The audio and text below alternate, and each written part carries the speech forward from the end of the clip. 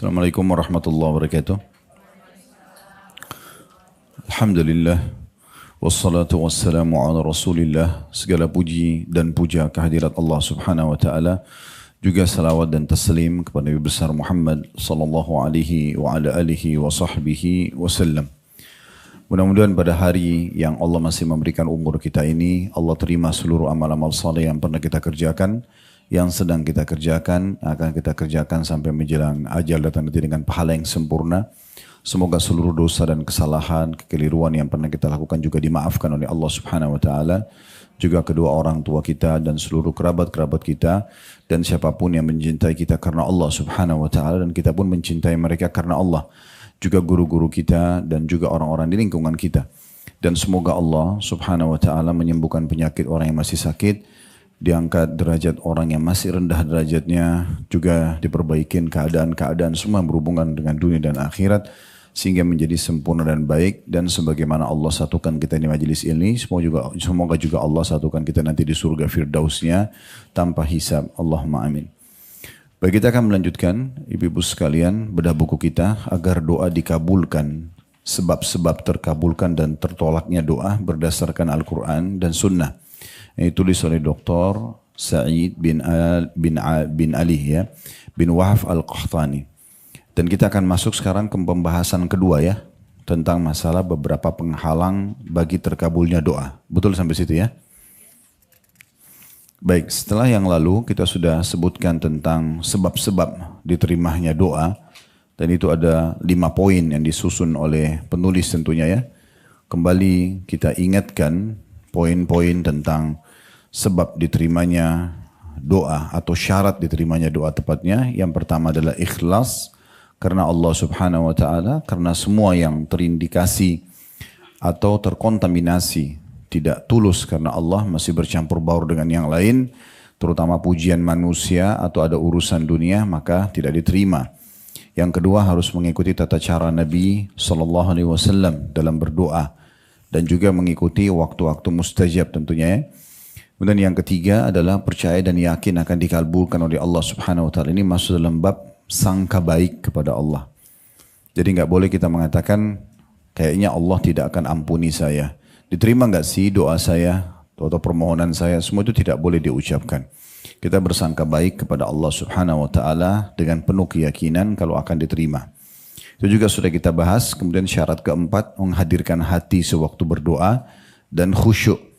Artinya konsentrasi apa yang diucapkan oleh lisannya, direnungi oleh fikirannya, juga diyakini oleh hatinya.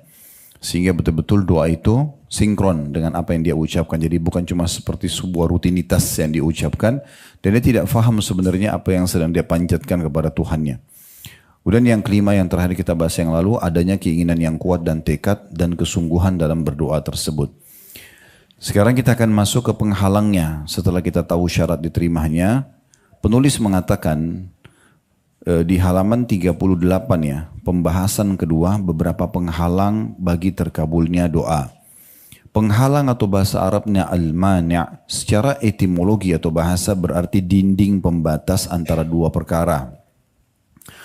Apa yang karena adanya mengharuskan tidak ada sesuatu, tapi tidak adanya, tidak mengharuskan adanya dan tidaknya atau tidak adanya sesuatu secara zat. Ini adalah lawan dari definisi syarat-syarat tersebut. Ya. Tapi intinya yang sedang ingin diberatkan adalah penghalang-penghalang terkabulnya doa. Yang pertama adalah bagaimana seseorang itu leluasa dan bersenang-senang dengan yang haram. Jadi dia pikir, ya udah saya sholat, saya puasa, saya zikir, saya berdoa. Tapi satu sisi juga dia menikmati pelanggaran-pelanggaran. Nah ini mirip dengan kalau orang kerja di kantor, dalam kondisi mungkin dia sebagai pegawai yang berprestasi, misalnya dia datang on time, dia kerjakan pekerjaannya bagus, tapi satu sisi suka iseng ganggu temannya, kadang-kadang sering membuat manipulasi data dan segala macam. Saya yakin kita kalau sebagai pemilik perusahaan tetap aja kita tidak akan melihat prestasinya, tapi kita akan melihat pelanggarannya. Karena bisa saja pelanggaran itu lebih besar mudaratnya. Contoh kalau dia manipulasi data misalnya, mungkin walaupun dia kerja datang di kantor on time, misal, dan dia mengerjakan pekerjaan dengan bagus misalnya yang kita tugaskan, tapi satu sisi dia suka manipulasi nota-nota misalnya ya. Saya yakin nanti itu akan mengganggu dan akhirnya pemilik perusahaan akan mengambil keputusan karena terlalu banyak yang bisa dilahirkan kerugian-kerugian bagi perusahaan, maka akan diberhentikan. Karena memang susah sekali bertemu antara minyak sama air atau racun sama susu gitu ya. Pasti akan salah satunya dominan. Dan biasanya sesuatu yang buruk itu lebih dominan. Sudah pernah kita jelaskan, kalau seandainya kita punya satu gentong susu dan kita tetesi dengan satu tetes racun, bisa saya satu tetes racun itu mengalahkan sterilnya susu yang satu gentong itu. Padahal itu kebaikan ya. Dan ini memang umumnya seperti itu. Biasanya yang buruk itu lebih besar pengaruhnya. Sekarang kita jujur 10 tahun. Tahun ke-11 kita bohong sekali. Yang mana akan jadi penilaian orang?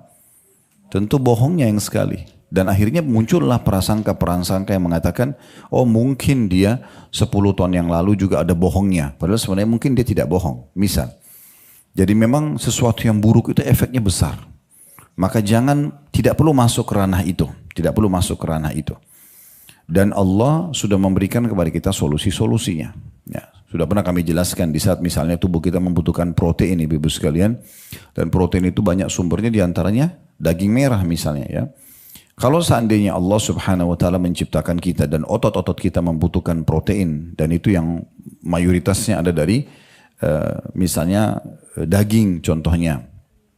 Lalu kemudian semua daging Allah haramkan. Berarti kan kita kerepotan, mau nggak mau kita akan melanggar. Tapi ini tidak. Di saat Allah haramkan babi, Allah halalkan yang lainnya. Ada ayam, ya ada sapi, ada kambing, ada kelinci. Banyak hewan-hewan yang halal gitu ya.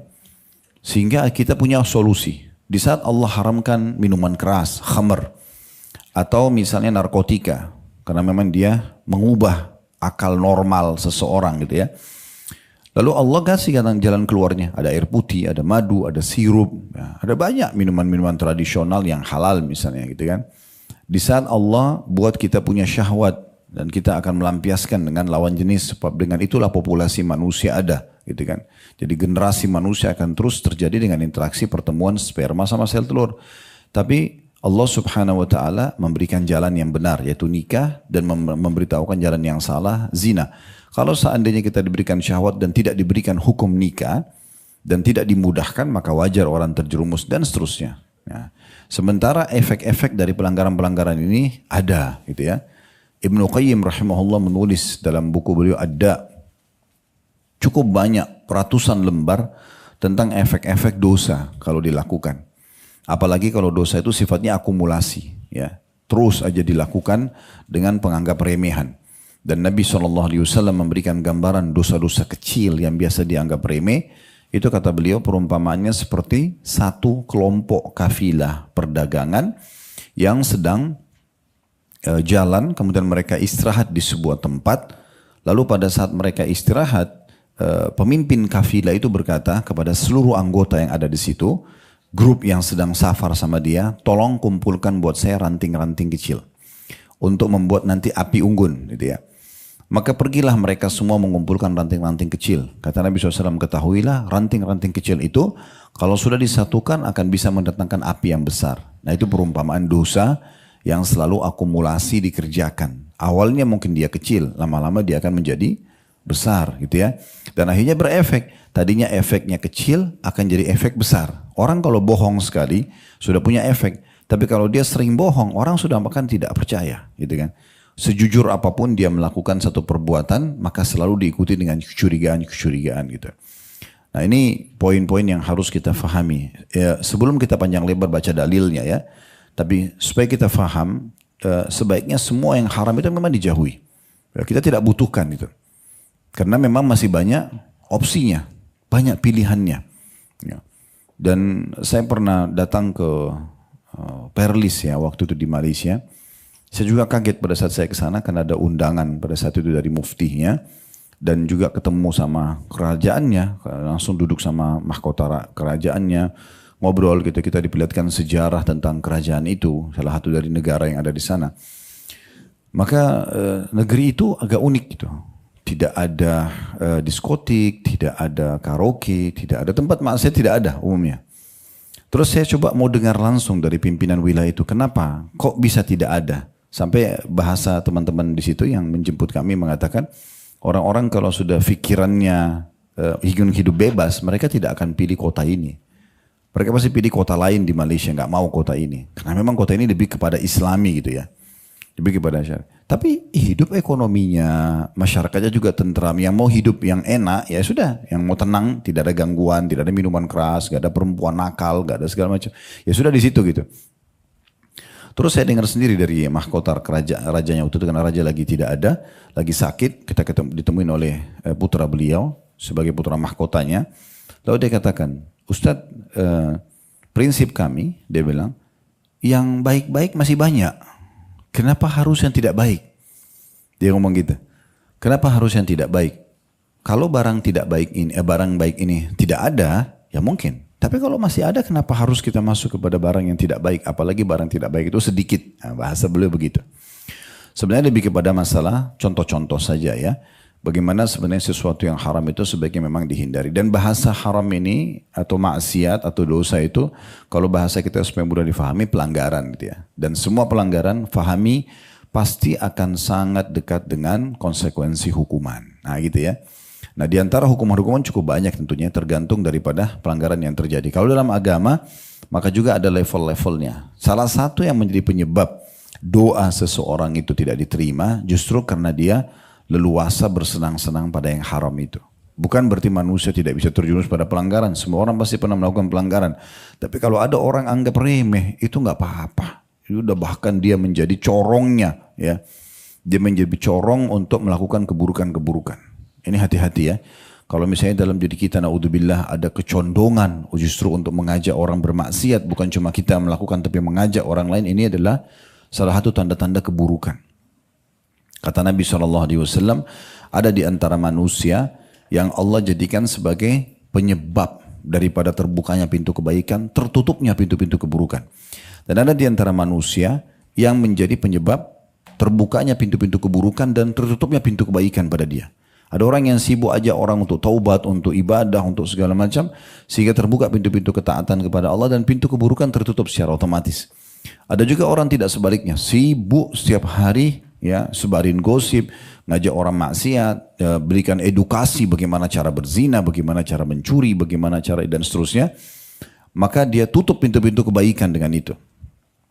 Maka kata Nabi SAW, beruntunglah dan betapa besar pahalanya.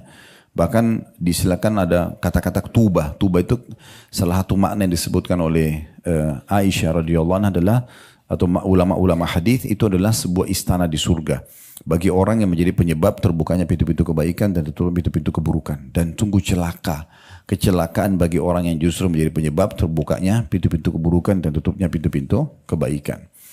Jadi kalau mau ya permintaan kita diterima, kalau di perusahaan, jadilah pegawai yang berprestasi dan tidak mencoreng prestasi kita dengan ugal-ugalan dan pelanggaran-pelanggaran. Nah begitu juga dengan kalau kita berhubungan dengan Allah Subhanahu wa taala, jadilah seorang hamba Allah yang saleh dan salihah, yang tidak setengah-setengah.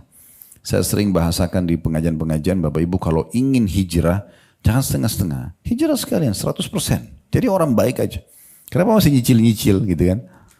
Masih ada pintu-pintu dosa yang masih dibuka. Untuk apa? Sekalian aja jadi orang baik. Karena memang kalau kita cicil-cicil dan masih ada saja pintu-pintu dosa yang kita buka, berarti kita masih memberikan peluang penjahat-penjahat syaitan ini untuk merusak kita, gitu kan? Dan akhirnya salah satu efek itu kurang khusyuk dalam sholat, kadang-kadang muncul rasa malas, ya, kebablasan tidur tidak sholat malam, terlewatkan dari sholat 5 waktu, yang itu tidak bisa diperbaikin. Kayak semalam misalnya ada orang yang tidak tahajud, dosakah? Tidak, karena sunnah. Tapi beruntunglah orang yang sempat sholat. Kalau misalnya ada orang yang saat ini baru berpikir, oh iya ya ternyata sholat malam itu bagus ya, misalnya dengar ini pengajian tentang keutamanya. Dia nggak bisa lagi minta sama Allah, ya Allah tolong kembalikan saya ke semalam dong, mundur waktunya supaya saya bisa dicatat punya sholat malam. Nggak bisa, cuma bisa perbaikin ke depan. Dan pasti akan beda derajat dia dengan orang yang sudah terlanjur melakukannya, gitu ya. Dan juga kata kunci di sini yang perlu kita garis bawahi, ibu-ibu sekalian, kalau mau untuk kita meninggalkan yang haram, tidak butuh energi khusus. Sibukkan saja diri pada ketaatan-ketaatan. Dari ketaatan yang lain. Kan setiap kita buka satu pintu ketaatan, pintu pelanggarannya tertutup. Kayak misalnya kita buka pintu sholat. Ya. Berarti pelanggarannya meninggalkan sholat akan ditinggalkan. Otomatis kan gitu. Maka kita sibuk dengan perintah-perintah, maka pelanggarannya akan terjauhkan dengan sendirinya. Ya. Dan juga tutup semua pintu-pintu ya, yang bisa mengajak dan membuka peluang agar kita masuk dalam pelanggaran tersebut.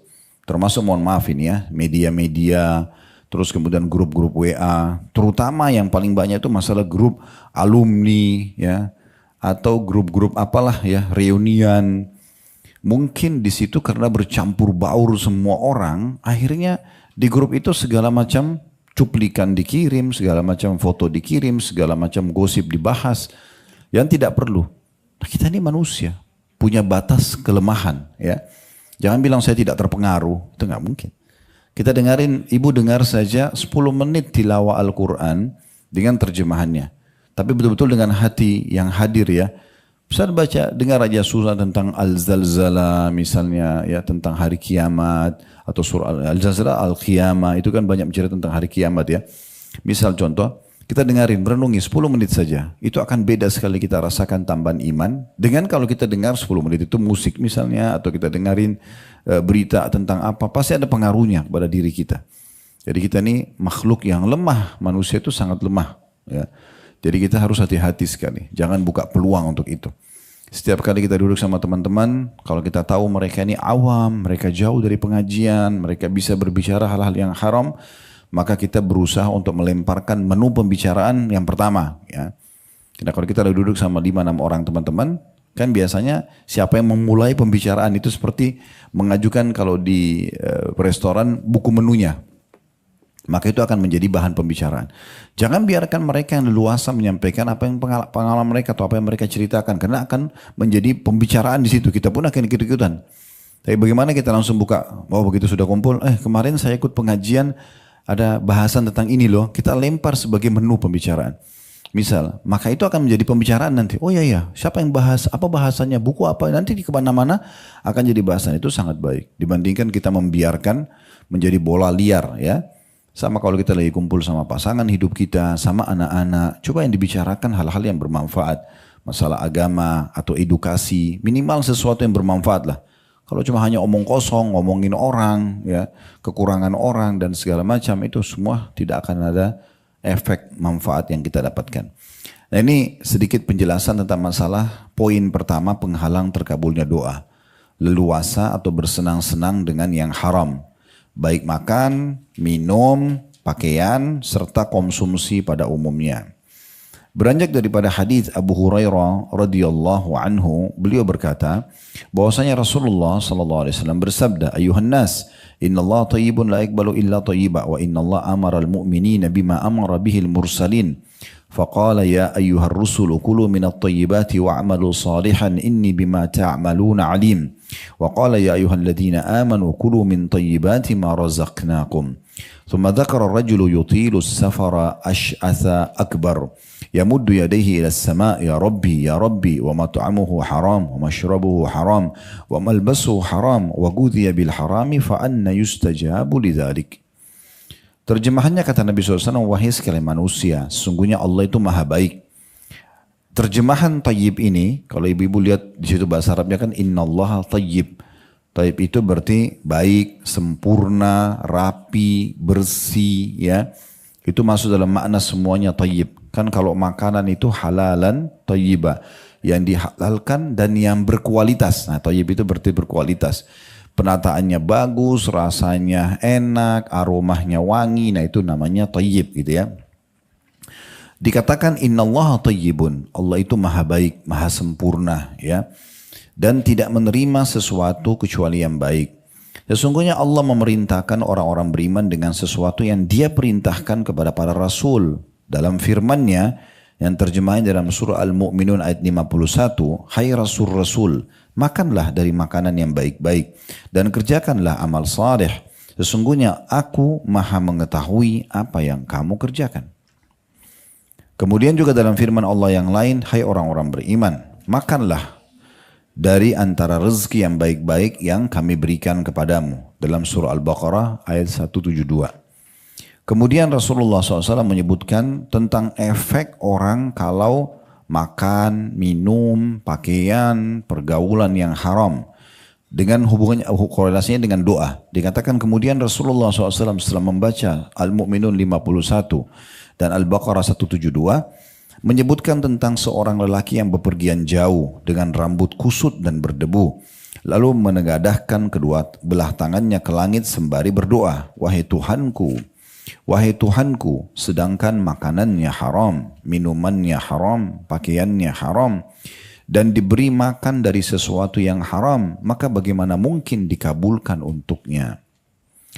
Menurut satu pendapat, kata penulis, sebagaimana pendapat Ibnu Rajab rahimahullah, bahwa makna hadis ini adalah sesungguhnya Allah tidak akan menerima segala amal melainkan amal yang baik lagi bersih dari apa-apa yang merusak ibadah, seperti riya dan rasa ujub. Riya berarti ingin dipuji oleh orang, ujub itu bangga dengan amal yang dikerjakan. Tidak pula dari harta kecuali yang baik, yang halal. Karena tayyib atau baik digunakan untuk perbuatan, perkataan dan keyakinan. Dan maksudnya adalah bahwa para rasul dan umatnya diperintahkan untuk memakan makanan yang baik dan menjauhi yang tidak baik dan yang haram. Saya baca dulu paragraf setelahnya baru kita masuk ke penjelasan. Di akhir hadis disebutkan bahwa sebab tidak terkabulkannya doa adalah karena leluasa atau bersenang-senang dalam perkara yang haram seperti makan, minum, pakaian dan mengkonsumsi barang-barang yang haram. Baik, sekarang seperti biasa coba kita kembali ke hadis tadi. Kita akan coba korek mutiara-mutiara dari hadis ini. Yang pertama, panggilan dalam hadis ini untuk semua manusia, bukan hanya orang-orang beriman. Kita memang diperintahkan sebagai manusia ya untuk ya memahami kalau Allah itu baik dan tidak menerima kecuali yang baik. Sehingga memang kita perlu juga menyampaikan ini kepada orang non-muslim. Jadi tidak pantas seseorang misalnya mendakwai seorang muslim sambil mengatakan, kalau kamu masuk Islam gak apa-apa sih sambil kamu lanjutin zina kamu misalnya. Atau sambil kamu lanjutin transaksi haram kamu misalnya. Ya, gak apa-apa, yang penting kamu syahadat dulu jadi muslim. Itu keliru. Makanya di masa Nabi SAW pernah ada satu suku mau masuk Islam, tapi mereka nego sama Nabi. Negonya begini, mereka mengatakan, kami siap masuk Islam, tapi izinkan kami transaksi riba. Kata Nabi SAW tidak bisa, itu haram. Mereka pulang diskusi lagi, lalu mereka kembali. Kalau begitu kami siap tinggalkan riba, izinkan kami berzina. Kata Nabi SAW tidak boleh, haram. Terus saja mereka nego, sebutin apa-apa yang diharamkan dalam agama, dan terus saja Nabi SAW tolak. Yaudah kalau mau masuk Islam, jadi orang baik sekalian. Kalau mau masuk Islam tapi masih bawa barang rongsokannya, jangan. Sampai seperti itu. Ya. Jadi jangan kita malah menawarkan orang sesuatu, lalu kemudian untuk baik, tapi kita masih membolehkan dia melakukan satu kejahatan yang lain. Tidak. Ajak orang jadi baik, sekalian jadi baik. Apalagi kuasa Allah subhanahu wa ta'ala. Hati manusia itu Allah subhanahu wa ta'ala buat lunak. Mudah untuk menerima nasihat sebenarnya. Umumnya begitu. Sejahat apapun orang itu sebenarnya, kalau kita duduk dengan hati yang tulus kita menyampaikan nasihat, dia bisa menerimanya. Ya, walaupun mungkin efek persentase penerimaannya berbeda-beda. Ada orang yang pada saat kita sampaikan 100% dia langsung bisa terima, dia tersentuh lalu dia taubat. Ada orang yang 70%, ada orang yang 50%, ada orang mungkin cuma 10%. Mungkin kita harus nasihatin lagi 2-3 kali baru dia bisa menerima 100%. Tapi oke, paling tidak kita sudah sampaikan kepada dia kebenaran. Dan kuasa Allah, hati manusia itu sangat mudah menerima kebenaran. Makanya kita kalau dengar nasihat, ya, yang menyentuh kita mudah sekali untuk berubah, mudah sekali untuk taubat, mudah sekali untuk meninggalkan kesalahan sebenarnya, karena potensi itu dalam diri kita ada. Sebagaimana sebaliknya, sebenarnya untuk melakukan pelanggaran itu berat. Ada yang ngajak nih, ibu-ibu diajak satu buat perbuatan salah, ayo kita membunuh misalnya, ya orang ajak bunuh, itu berat orang lakukan. Mungkin berulang kali diajak, sudah dibangkitkan emosinya, orang ini memang jahat, orang ini baru dia terfikir. Tapi kalau amal saleh beda. Amal saleh bisa sekali 2 kali orang sampaikan langsung orang mau kerjakan. Kuasa Allah subhanahu wa ta'ala. Ya. Jadi sebenarnya potensi untuk kita bisa menerima itu sangat mudah, ya, bukan sulit. Di sini dikatakan manusia berarti orang-orang muslim dan orang-orang non muslim. Kita dianjurkan untuk selalu mendakwakan kebaikan-kebaikan. Pelajaran kedua, bahwasanya Allah itu sempurna, Allah itu rapi, Allah itu bersih, ya. Dan Allah tidak menerima kecuali yang seperti itu juga. Kita kalau sedang mendapatkan tugas di perusahaan misalnya, atau di kampus misalnya, saya yakin kita sepakat akan sangat beda seorang mahasiswa atau mahasiswi di kampus, baik itu S1, S2, S3 misalnya, atau seorang pegawai di kantor yang datang membawa tugas yang diberikan dengan sempurna. Dia datang dengan kemasan yang bagus, dengan retorika yang bagus, dengan bahan-bahan yang bagus. Itu dengan orang yang asal-asalan. Saya sangat yakin beda, gitu kan? Penilaiannya dan juga balasannya. Nah, seperti itu rasionalnya lah. Allah Subhanahu wa taala itu memang menginginkan makin sempurna kita lakukan, maka makin besar peluang diterima, makin besar juga balasannya. Mungkin dua orang sama-sama sholat, sama-sama di saf, sama-sama di awal waktu.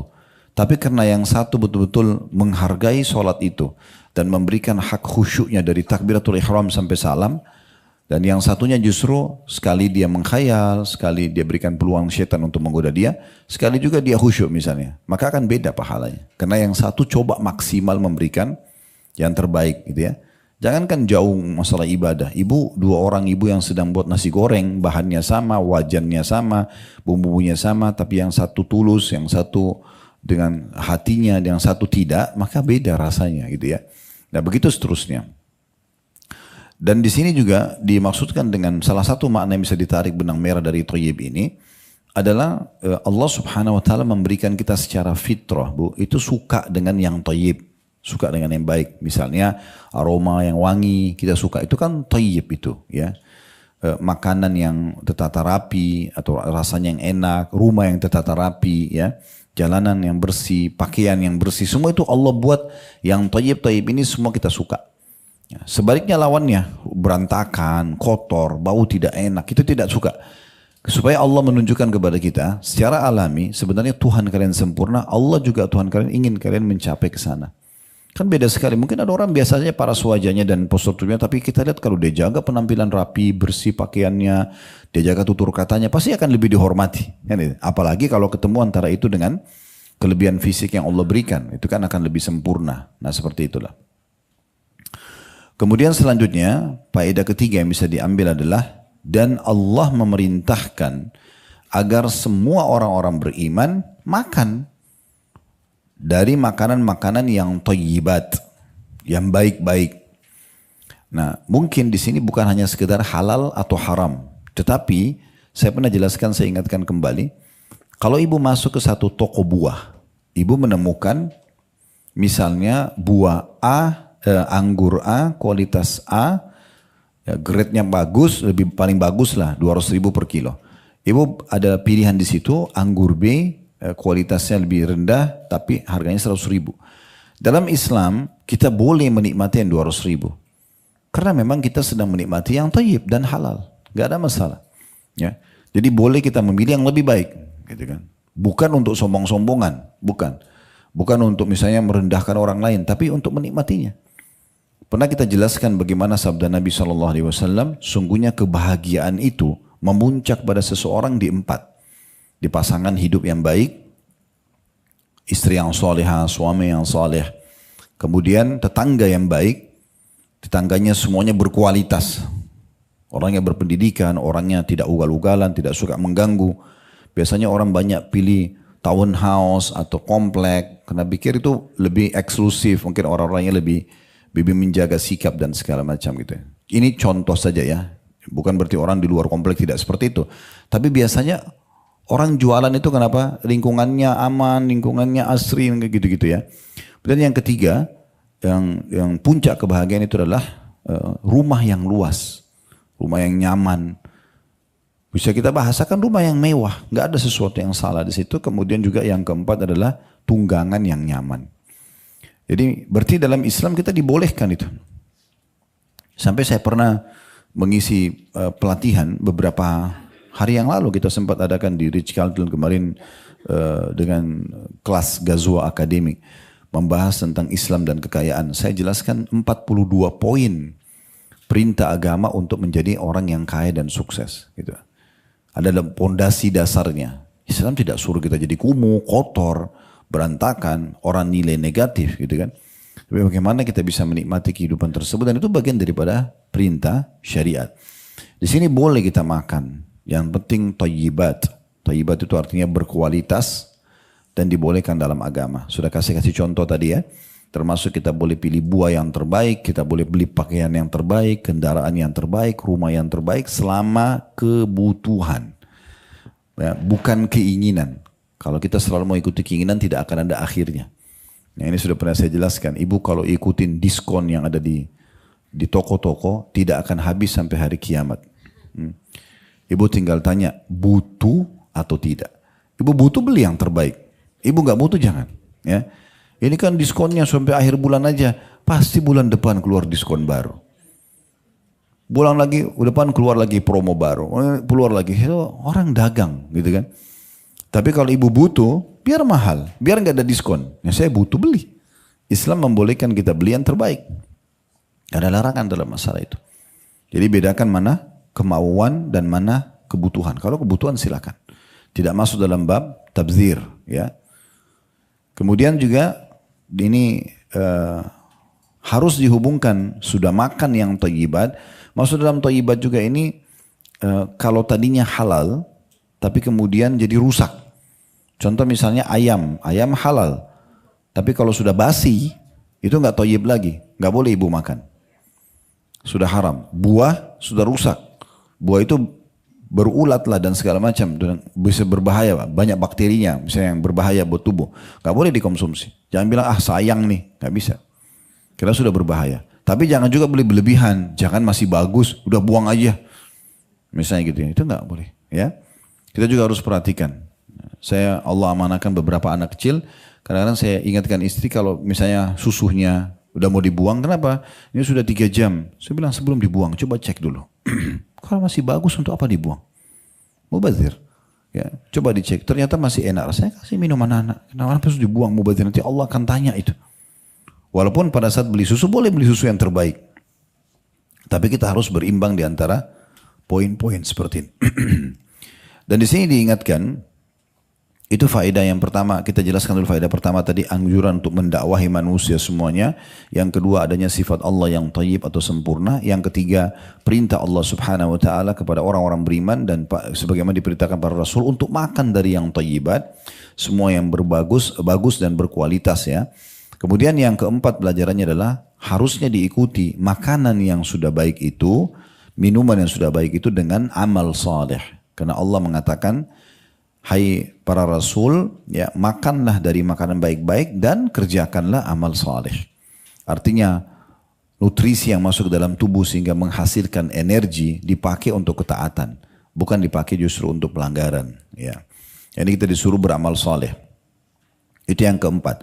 Kemudian pelajaran yang kelima yang bisa diambil dari hadis adalah efek daripada justru tolak belakang dengan itu, makan yang tidak thayyib atau yang haram, kemudian juga tidak beramal saleh. Maka dikasih gambaran ada orang yang dalam keadaan safar, ya, kemudian rambutnya kusut, berdebu, dan dia saking susahnya hidupnya menengadahkan tangannya ke langit, ya Allah berikan, ya Allah berikan. Lalu disebutkan sebab ditolaknya, bagaimana Allah bisa berikan sementara makanannya haram, minumannya haram, pakaiannya haram, dan diberi makan dari sesuatu yang haram, maka bagaimana mungkin dikabulkan untuknya. Mungkin potongan dari hadis yang terakhir ini, makanan haram, minuman haram, pakaian haram, Bapak Ibu sudah tahu, ya. Tapi yang kita garis bawahi coba dilihat di situ, dan diberi makan dari sesuatu yang haram. Jadi kalau ada orang yang memberikan kita makanan dan kita tahu sumber dia haram, nggak boleh kita makan. Kalau kita nggak tahu sumber dia haram atau tidak, baru boleh. Masih nggak jelas gitu ya. Tapi kalau sudah jelas sumber dia haram, jelas maaf dari hasil pelacuran, dari hasil manipulasi data, dari hasil riba, nggak boleh kita mengkonsumsi. Ya. Dan juga masuk dalam masalah ini hati-hati dan wajar kalau sebagai seorang muslim kita kritis ya. Masuk ke satu restoran tanya halal nggak, mau beli makanan halal nggak, tanya sebagai seorang muslim. Karena kalau dia jawab iya halal misalnya, contoh, maka berarti itu sudah tanggung jawab orang yang mengatakan itu. Kita lepas dari masalah itu, ya. Jadi jangan juga hanya karena viral, ini lagi viral restoran ini, tapi nggak jelas kehalalannya. Udah yang penting saya sudah pernah coba. Jangan. Efeknya kepada doa tidak diterima. Kan itu. Jadi harus hati-hati dalam masalah ini. Itu tadi pelajaran yang bisa diambil dari hadis. Kita masuk ke paragraf yang di bawahnya tentang perkataan Ibnu Rajab rahimahullah. Dikatakan, saya ulangi lagi, Ibnu Rajab berkata dalam makna hadis, sungguhnya Allah tidak akan menerima segala amal melainkan amal yang baik lagi bersih dari apa-apa yang merusak ibadah seperti riya dan ujub. Jadi maksudnya juga makna daripada thayyib, Allah itu sempurna, baik ya. Dia artinya tidak akan menerima kecuali juga yang sempurna. Dicontohkan amal-amal dari riya dan ujub. Jadi ibu kalau ibadah jangan pernah mengejar pujian orang. Pujian orang sudah sering kami ucapkan hanya sepanjang lidahnya, gak ada manfaatnya. Kamu hebat ya, kamu soleh ya, oh kamu berapa kali pergi haji dan umroh ya, oh kamu sudah bantu masjid sana ya, apa manfaatnya gitu? Gak ada manfaatnya. Ada orang suka dengan pujian manusia. Orang yang ikhlas kepada Allah Subhanahu wa taala tidak akan butuh semua pujian ini. Dia memberi, udah selesai antara dia sama Allah Subhanahu wa taala. Kadang-kadang ciri orang yang riya dan ujub ini, kalau dia kasih misalnya orang miskin uang, anggaplah bagi dia itu sesuatu yang besar. Contoh, bagi dia 100 ribu sudah sangat besar. Dia berikan seorang pengemis di jalan, di lampu merah atau di mana gitu, dia memberikan. Lalu orang itu begitu terima, langsung main pergi, nggak terima kasih. Kalau dia karena Allah SWT, bagi dia nggak penting. Orang itu terima kasih, nggak masalah. Tapi kalau dia butuh pujian orang, pasti dia akan mengatakan orang ini nggak tahu terima kasih. Masa dikasih 100 ribu nggak terima kasih? Mau dikasih berapa? Ini berarti orang tujuannya hanya dipuji. Untuk apa gitu? Kalau orang kita berikan sesuatu, lalu kemudian itu karena Allah dan dia tidak berterima kasih, nggak penting bagi kita. Nah itu salah satu ciri yang bisa kita tahu dari masalah riya dan ujub. Kemudian beliau mengatakan juga yang dimaksud dengan makna thayyib juga di sini tidak pula dari harta kecuali yang baik dan halal. Jadi sholat sudah dipenuhi semua syarat-syaratnya, ya masuk waktu, tutup aurat, menghadap kiblat, semua gerakan bacaan sudah benar. Tapi pada saat sholat mukenahnya dari uang haram. Ya, sedanyanya dari uang haram. AC yang dihirup udaranya dari uang haram. Misal, ya karpetnya, bangunannya, ini gimana caranya nih? Ya, bentrok sekali dengan apa yang dia harapkan diterima oleh Allah Subhanahu wa taala. Jadi betul-betul kita harus ya kritis dalam masalah ini. Betul-betul tidak boleh sembarangan kita memboleh-bolehkan, menggampang-gampangkan semua itu ya. Kemudian dikatakan juga dari pendapatan ini penting untuk dijaga, tidak pula dari harta kecuali yang baik dan halal. Karena thayyib atau baik digunakan untuk perbuatan, perkataan dan keyakinan. Karena istilah thayyib dalam hadis tadi, baik dan sempurna itu digunakan masuk dalam semua lini, apakah itu perbuatan, perkataan dan juga keyakinan. Dan juga maksud adalah bahwa para rasul dan umat diperintahkan untuk makan makanan yang baik dan menjauhi yang tidak baik dan yang haram. Berarti kita boleh makan, boleh. Boleh minum, boleh. Nah, tidak ada masalah. Dan sesuai dengan kebutuhan. Masih lapar, tambah. Tidak ada masalah. Ya. Tapi kalau hanya kemauan itu nggak bisa selesai. Akhirnya tidak ada ujung-ujungnya, tidak ada kenyangnya. Gitu kan? Karena dia cuma mengikuti kemauan saja. Kemudian selanjutnya ya, paragraf yang kita pindah di bawahnya. Oleh karena itu, ya, para sahabat Rasul dan orang-orang soleh sangat berusaha keras untuk mendapatkan makanan yang halal dan menjauhi yang haram.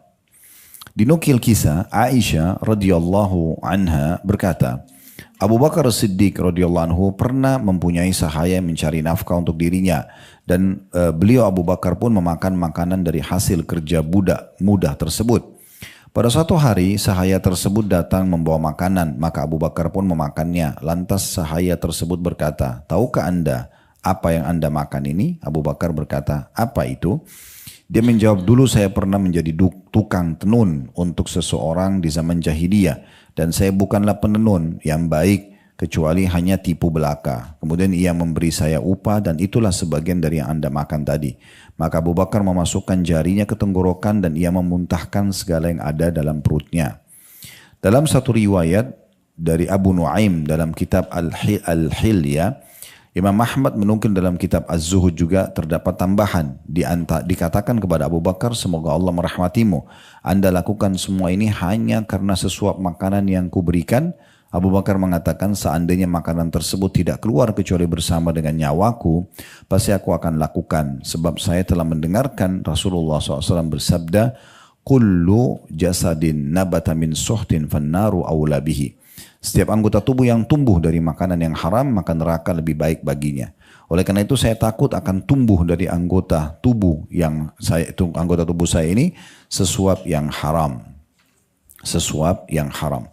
Baik, dari poin ini kita bisa ambil pelajaran juga bagaimana kejelian para orang-orang terdahulu sebelum kita dalam berhati-hati memasukkan makanan yang haram. Kesimpulannya, Abu Bakar pernah punya seorang budak, dia pekerjakan, dan sebagai penghormatan terhadap budak tersebut, setiap kali dia pulang dari kerja seharian, dia bawa makanan, Abu Bakar makan bersama-sama.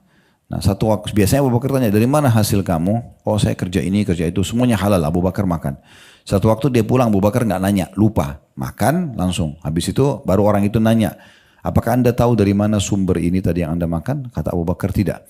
Dia bilang, dulu saya pernah pura-pura jadi penenun, pura-pura jadi dukun, gitu ya, di masa jahiliyah. Dan saya pernah tebak nasib seseorang, ternyata betul seperti apa yang saya tebak itu.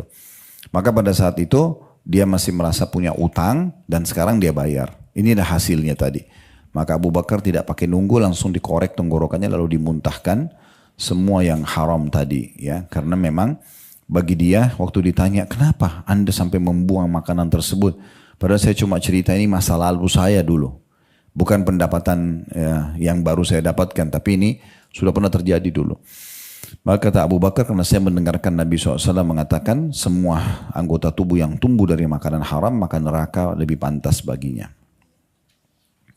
Ini juga tentunya ada satu kisah yang lain. Pernah Nabi Muhammad SAW masuk ke dalam rumah beliau. Seingat saya di rumah Ummu Salamah, salah satu istri beliau radhiyallahu anha. Pas masuk ke rumah menuju ke dekat tempat tidur, beliau temukan ada satu butir kurma. Lalu beliau pun SAW makan, ya, makan biasa karena itu di rumah beliau. Setelah makan satu butir kurma saja, beliau gelisah, nggak bisa tenang. Lalu kemudian ditanya oleh Ummu Salamah, ada apa dengan anda ya Rasulullah? Belum pernah anda seperti ini sebelumnya. Begitu gelisahnya. Kata Nabi SAW, saya tiba-tiba teringat, di rumah kita ini ada titipan kurma sedekah. Ya, saya tidak tahu apakah kurma tadi yang satu butir itu dari sedekah atau memang hak kita. Maka saya pun gelisah, jangan sampai ini yang syubhat tadi atau yang tidak boleh dikonsumsi, ya kemudian saya konsumsi. Jadi begitu gelisahnya Nabi SAW. Dan cukup banyak ya perkataan-perkataan para salaf berhubungan dengan masalah ini. Dikatakan dalam hadis telah dibicarakan di awal bahwa lelaki dalam cerita Rasulullah SAW yang senang-senang makanan haram sebenarnya telah datang dengan 4 perkara yang semestinya merupakan sebab-sebab doa dikabulkan. Yang pertama safar, yang kedua pakaian dan keadaan yang mencerminkan kesederhanaan. Dan Rasulullah SAW mengatakan rubba ash'athu madfu'in bil abwabi law aqsama 'ala Allahi la abarra. Berapa banyak orang yang rambutnya kusut, berdebu, ditolak di depan pintu para pembesar dunia. Tapi seandainya dia bersumpah dengan nama Allah, niscaya Allah akan tepati sumpahnya. Yang ketiga, menengadah tangannya ke langit. Sebagaimana disebutkan dalam hadis, Innallaha hayyun karim yastahi min abdi idza rafa yadayhi ilaihi an yaruddahuma saf atau sifran khaibatain. Sesungguhnya Allah itu pemalu dan maha mulia. Dia amat malu terhadap hambanya apabila hambanya mengangkat kedua tangannya kepadanya, kepada Allah, lantas dia Allah tolak dengan tangan kosong dan kecewa.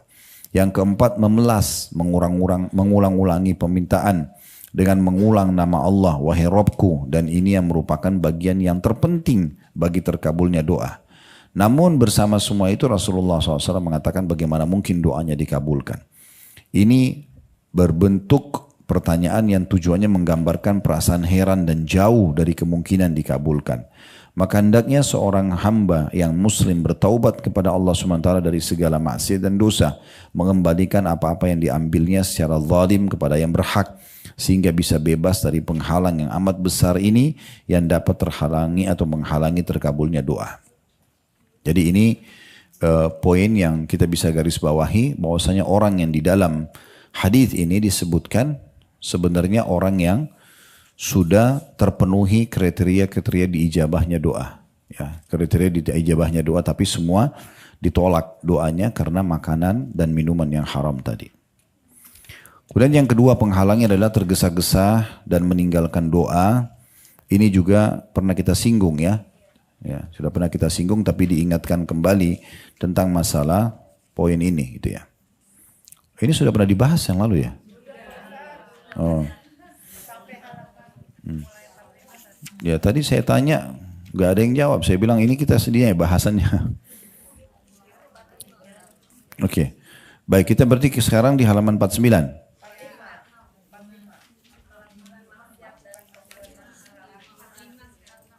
Oh di poin 4 ya. Baik. Di poin 3. Oke, saya sudah terlanjur tadi baca di sini, saya ingatkan aja kembali ya di poin keduanya itu. Ini juga salah satu penghalang daripada diterimanya doa, yaitu tergesa-gesa dan meninggalkan doa. Dikatakan di antara penghalang yang dapat menghalangi terkabulnya doa ialah ketergesaan seorang muslim dan meninggalkan doa karena ketidaksabaran menunggu ijabah atau terkabulkan doa. Ini sudah kita singgung kalau ibu sudah berdoa, sebenarnya kalau kita sudah mulai berdoa ya, sudah mulai menyampaikan kepada Allah. Ya, jangan lupa mulai dengan alhamdulillah wassalatu wassalamu ala rasulillah, itu minimal sekali. Puji Allah, dibaca salawat pada Nabi SAW, lalu sampaikan hajat. Sebenarnya kalau kita sudah mulai memanjatkan, berarti ijabahnya sudah ada. Cuma tinggal berapa lama ijabah itu akan kita raih. Apakah sekali berdoa, apakah 2 kali berdoa, apakah sehari, 2 hari, seminggu, sebulan, kita tidak tahu. Nah bisa saja mungkin setelah ibu berdoa 3 pekan, 1 bulan, mungkin tinggal sehari lagi, tinggal 2 hari lagi disampaikan maka akan dikabulkan. Harusnya jangan berhenti. Harusnya jangan berhenti. Kalau sudah mulai berdoa, jangan berhenti. Nah itu bisa dilihat dalilnya halaman 43 ya. Hadits Abu Hurairah radhiyallahu anhu. Rasulullah SAW bersabda, yustajabu li ahadikum malam ya'jal fayaqul da'autu falam yustajab li. Doa seseorang di antara kamu pasti dikabulkan selama ia tidak tergesa-gesa. Seraya dia mengatakan, contoh tergesa-gesa, saya telah berdoa tapi tidak dikabulkan. Saya berdoa tapi tidak dikabulkan. Sebelum saya lanjutkan hadits ini, tadi saya sudah minta Fahmi untuk kirimkan sebuah cuplikan. Ada satu dokter di Saudi. Alhamdulillah sudah saya ada teks Indonesianya itu ya, cuplikannya. Saya mau cerita tentang itu dulu, gambar. Jadi salah satu juga poin yang ibu harus perhatikan baik-baik. Dalam poin tergesa-gesa ini ya. Kalau ibu sudah berdoa, ibu belum lihat hasilnya, jangan putus asa. Dan jangan pernah kasih Allah syarat. Kayak misalnya cerita dalam yang saya kirim cuplikan, saya minta tadi supaya di-share ke semua jemaah ya. Itu ada satu dokter mata cerita, ada satu ibu datang ke praktek beliau, antara umur 50 atau 60 tahun ibu itu, dengan seorang anak laki-laki bujangnya umur 20 tahun. Kata dokter matanya, saya waktu cek mata ibu ini karena dia mau cek mata, saya temukan salah satu matanya buta. Yang satu normal, yang satu buta. Ya. Tapi dia bilang, saya tidak mau langsung menyinggung. Takutnya ibu ini nggak tahu, saya pengen coba poin yang tepat bicarakan masalah ini.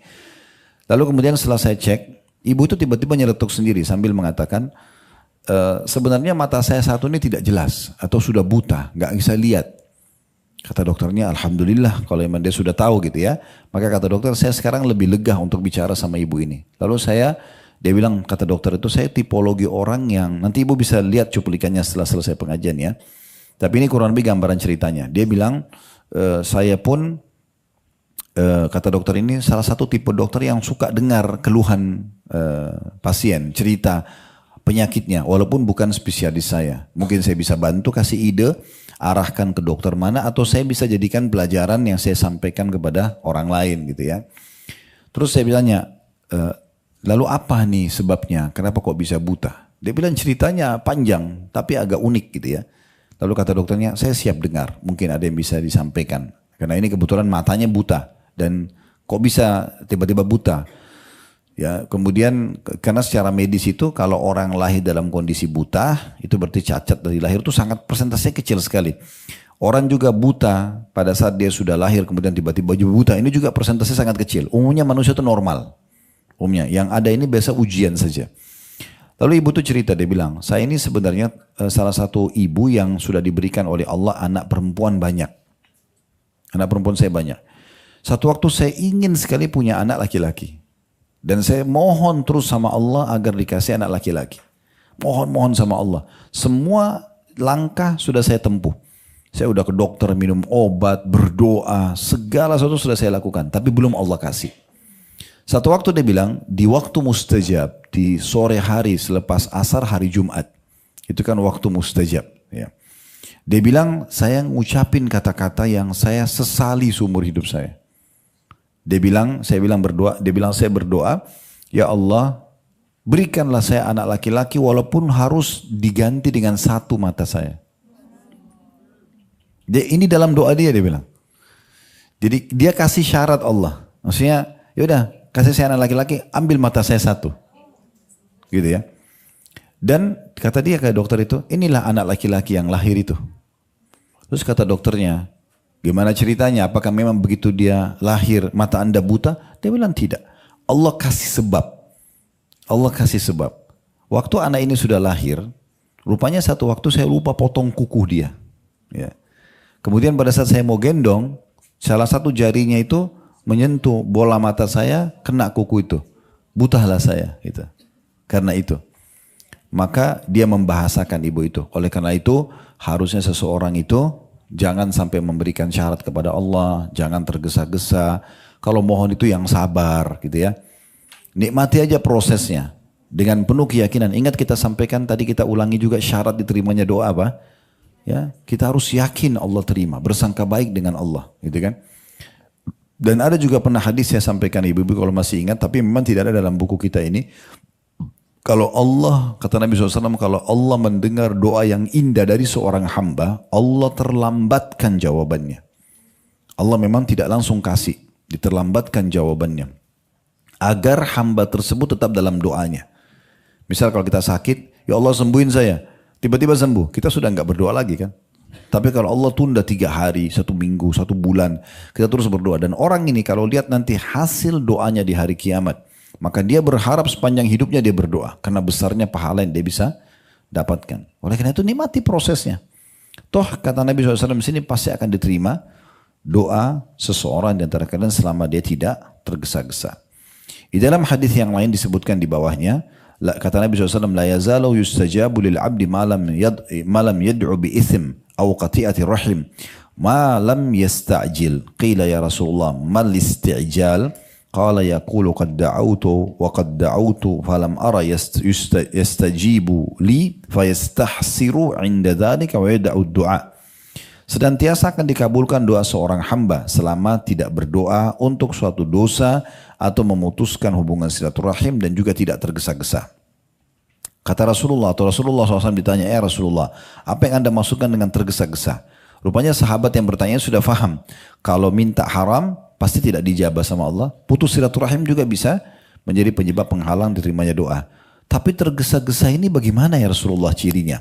Apa yang dimaksud dengan tergesa-gesa? Kata Nabi SAW, yaitu dia berkata, si pendoa ini, sungguh aku telah berdoa, tapi ya tidak melihat akan terkabul. Lalu ia pun merasa rugi atau gagal dalam doa, lalu meninggalkan doa tersebut. Nah ini salah satu ya sebab daripada tertolaknya doa itu. Baik, sisanya kita tidak baca lagi karena sudah dibahas ya. Sekarang kita pindah ke poin kita, poin nomor 3, yaitu melakukan maksiat dan perbuatan haram. Nah kalau ini lebih sederhana dari poin yang pertama. Kalau poin yang pertama kan dia menikmati itu, dia menganggap tidak masalah. Kalau perlu dia halalkan apa yang haram itu ya. Kalau di sini tidak, ini lebih sederhana, dia terjerumus dalam perbuatan yang diharamkan. Dikatakan oleh penulis boleh jadi melakukan pekerjaan haram menjadi penghalang terkabul doa. Oleh karenanya sebagian ulama salaf berkata, jangan memprotes lambatnya terkabulnya doa. Karena engkaulah yang telah menutup jalan terkabulnya doa dengan kemaksiatan. Berdasarkan ini, penyair pernah berkata, nahnu nad'ul ilaha fi kulli karbin, thumma nansahu 'inda kashfil kurub. Kaifa narju ijabatu li du'ain qad sadadna tariqaha bidzunub. Yang artinya, kita memohon kepada Allah di setiap kesusahan, kemudian kita lupakan dia ketika kesusahan telah hilang. Maksudnya, cobalah jaga adab kepada Allah di potongan pertama syairnya ini. Jangan sampai kita mohon-mohon sama Allah, lalu Allah kasih, begitu dikasih, udah berhenti berdoa. Melupakan Allah, seakan-akan sudah selesai hajatnya, sudah tidak perlu lagi dekat dengan Allah. Bagaimana kita mengharap doa supaya terkabul padahal jalannya telah kita tutup dengan dosa-dosa? Tidak diragukan bahwa lalai dan melakukan keinginan syahwat yang haram adalah bagian dari penyebab tercegahnya kebaikan. Sebagaimana Allah berfirman dalam surah Ar-Ra'd ayat 11, "Inna Allah la yughayyiru ma biqaumin hatta yughayyiru ma bi anfusihim, wa idza arada Allah biqaumin su'an fala maraddalah wa ma lahum min dunihi min wal." Sesungguhnya Allah tidak merubah keadaan satu kaum sehingga mereka merubah keadaan yang ada pada diri mereka sendiri. Dan apabila Allah menghendaki keburukan terhadap satu kaum, maka tidak ada yang dapat menolaknya dan sekali-kali tidak ada pelindung bagi mereka selain Dia. D-nya besar kata ganti Allah.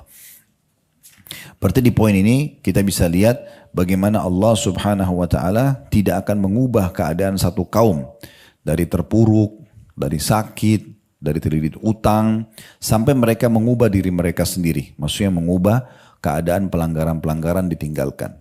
Jadi kalau mau lebih gampang diterima doa, ibu lebih tahu pelanggaran apa yang masih kita biasa lakukan dalam keseharian, maka ditutup pintu itu, ditutup kerannya, maka dengan izin Allah Subhanahu wa taala akan menjadi penyebab dikabulkannya doa.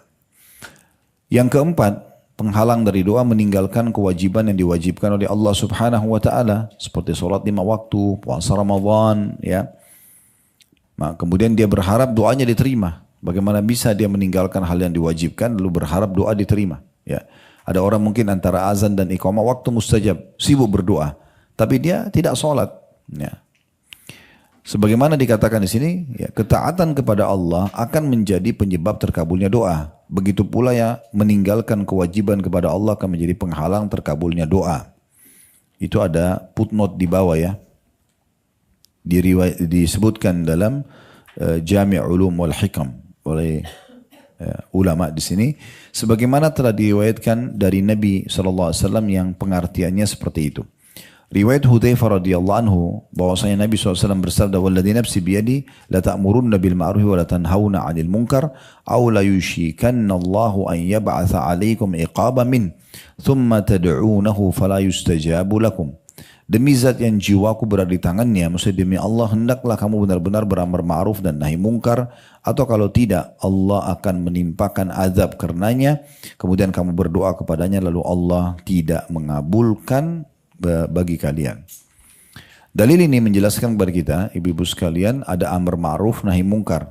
Ya, kalau ada orang meninggalkan satu perbuatan yang wajib, ma'ruf ya, itu semua diperintahkan dalam agama.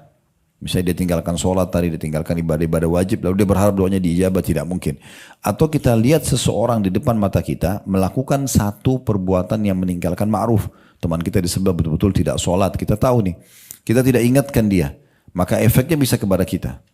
Efeknya pun bisa kepada kita, makanya kita harus ingatkan. Walaupun hanya sekali kata saja, misalnya kita mengatakan sholat lo itu wajib misalnya. Contoh, itu sudah cukup. Karena amar ma'ruf nahi mungkar yang wajib yang pertama. Yang kedua, yang ketiga, yang ke-100 semua itu sunnah hukumnya. Pada orang yang sama ya. Bukan semua orang. Misalnya suami ibu tidak sholat misalnya. Ibu tinggal ingatkan. Itu sholat wajib. Kenapa nggak dikerjakan? Ini loh keutamaannya kita sebutkan. Kalau ibu sudah sampaikan tetap aja dia tidak sholat. Ibu lepas tanggung jawab hari kiamat. Kalau ibu sudah sampaikan. Itu juga istri pada suami atau suami pada istri. Makanya Nabi Nuh alaihissalam dan Nabi Lut nggak dihakimi oleh Allah Subhanahu wa taala karena kekufuran pasangan hidup mereka. Istri mereka keduanya dijadikan perumpamaan dalam Al-Quran. Karena sudah didakwai, sudah disampaikan, nggak mau dengar. Maka tanggung jawab sendiri. Mereka para istri ini dibinasakan oleh Allah Subhanahu wa taala bersama dengan kaumnya. Begitu juga dengan mungkar, orang buat dosa. Kita kalau buat dosa, tadi sudah disebutkan jadi penghalang diterimanya doa. Atau orang lain buat dosa kita biarkan. Kita nggak mau ingatkan. Ya, minimal ingkar mungkar itu dengan hati, minimal. Jadi kalau misalnya ada orang buat kesalahan, ibu kalau bisa ibu ingatkan berhentikan dengan power kita, dengan tangan. Kayak misalnya anak-anak berbuat kesalahan, kita berhentikan. Mereka nonton yang haram, kita ambil handphonenya misalnya. Itu kan karena kita punya power ya.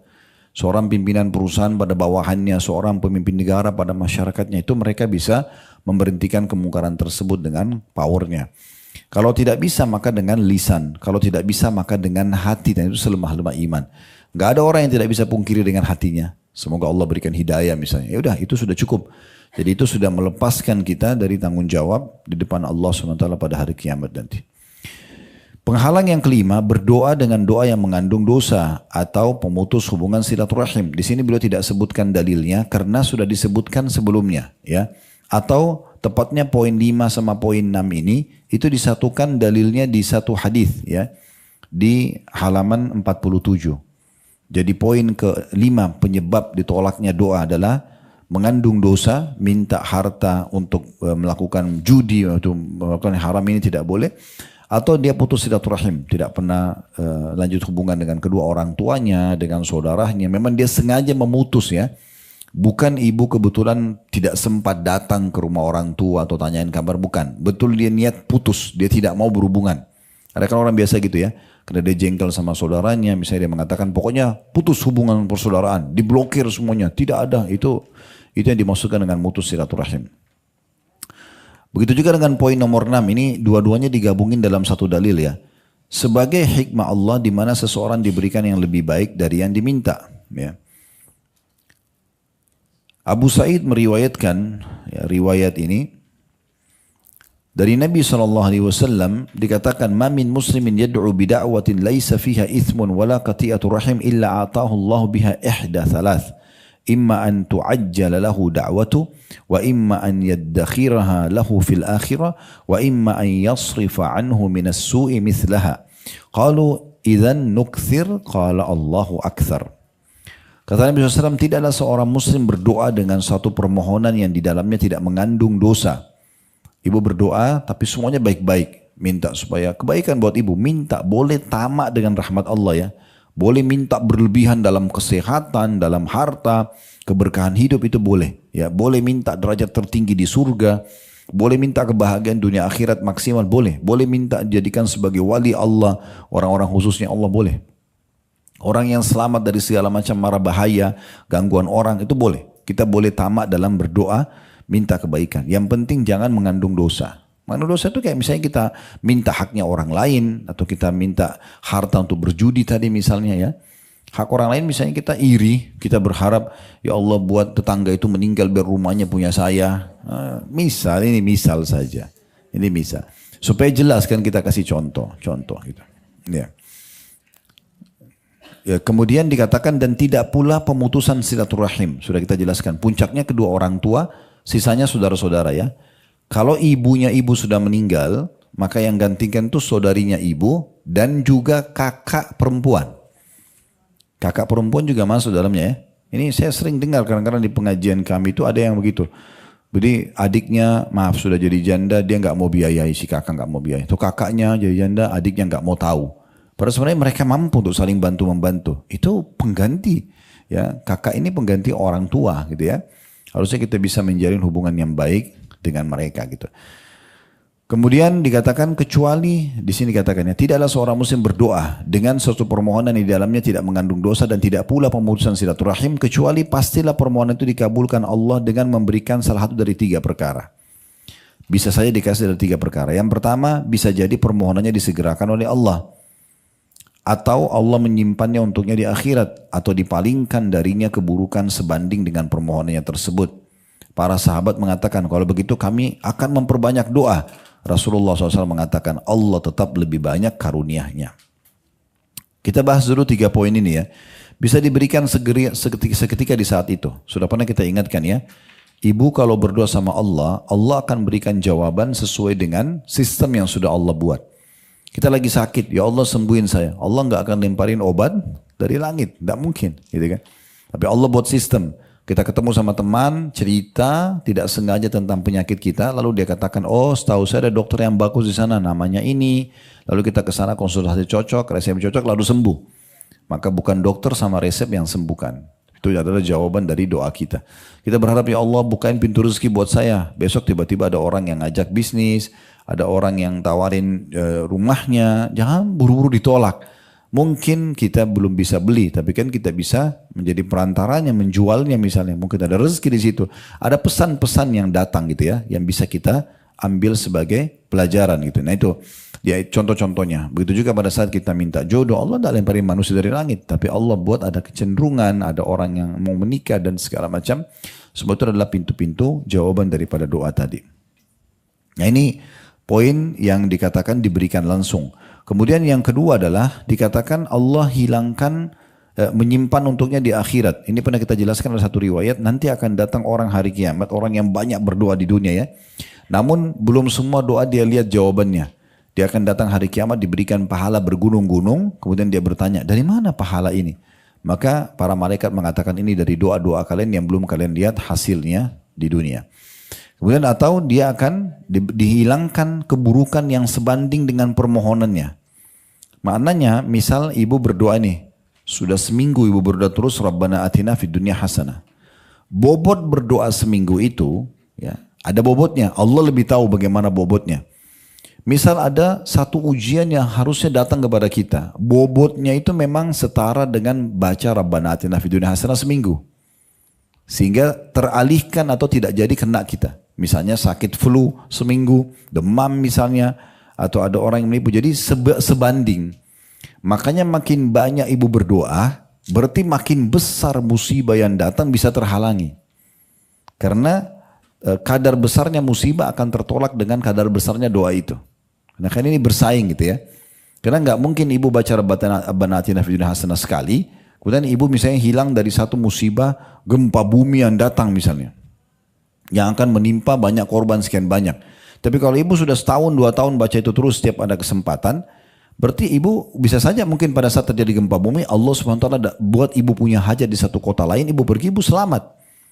Kan begitu, bisa saja semua itu bisa terjadi. Nah itu contoh-contohnya. Sebagai penutup kata penulis, terkadang manusia menyangka bahwa doanya tidak dikabulkan. Padahal telah dikabulkan lebih banyak dari yang diminta atau dipalingkan darinya musibah, bencana, penyakit yang lebih baik, dari yang diminta atau ditangguhkan untuknya nanti pada hari kiamat. Sampai Ibnu Qayyim rahimahullah pernah mengatakan dalam satu poin penting ya. Dia mengatakan kalau seandainya ada seorang hamba yang berdoa sama Allah, misal anaknya sakit. Dia berdoa selama 10 tahun. Tapi anaknya masih dalam kondisi yang sama. Jangan pernah dia katakan, oh doa saya belum diterima. Padahal sudah 10 tahun berdoa. Anak-anaknya belum sembuh-sembuh. Karena bisa saja kalau dia tidak berdoa, anaknya lebih parah daripada itu. Justru tanda-tanda penerimaan doa tersebut Allah tetapkan dalam kondisinya. Berarti yang perlu ditingkatkan adalah volume doanya. Kehusyuannya, lebih panjang doanya, lebih banyak pujiannya kepada Allah. Dia hubungkan antara doa yang dia panjatkan dengan tawasul, dengan amal saleh, dengan sedekah, misalnya dengan minta bantuan doa dari orang tuanya ya, untuk anak dia misalnya. Nah semua itu penting ya untuk kita jadikan sebagai bahan introspeksi kita.